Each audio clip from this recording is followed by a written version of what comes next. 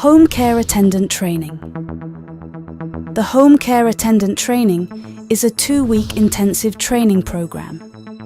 The first week is physical classroom training, and the second week is internship placement in care homes, where you will have hands-on experience with what you have learned in the classroom.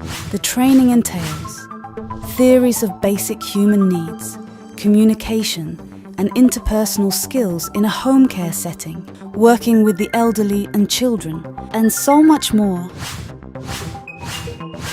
The minimum qualification for the training is the Senior School Leaving Certificate (SSCE).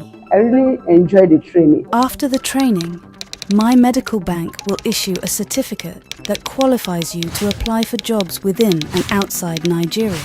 We have trainees from MyMedicalBank who have secured international jobs after the training. My time at MyMedicalBank was exciting, it was insightful and reorientative. We also have an online platform for the training for people who do not reside in Lagos. To become a certified caregiver, kindly call 0802 759 0165. We look forward to receiving you.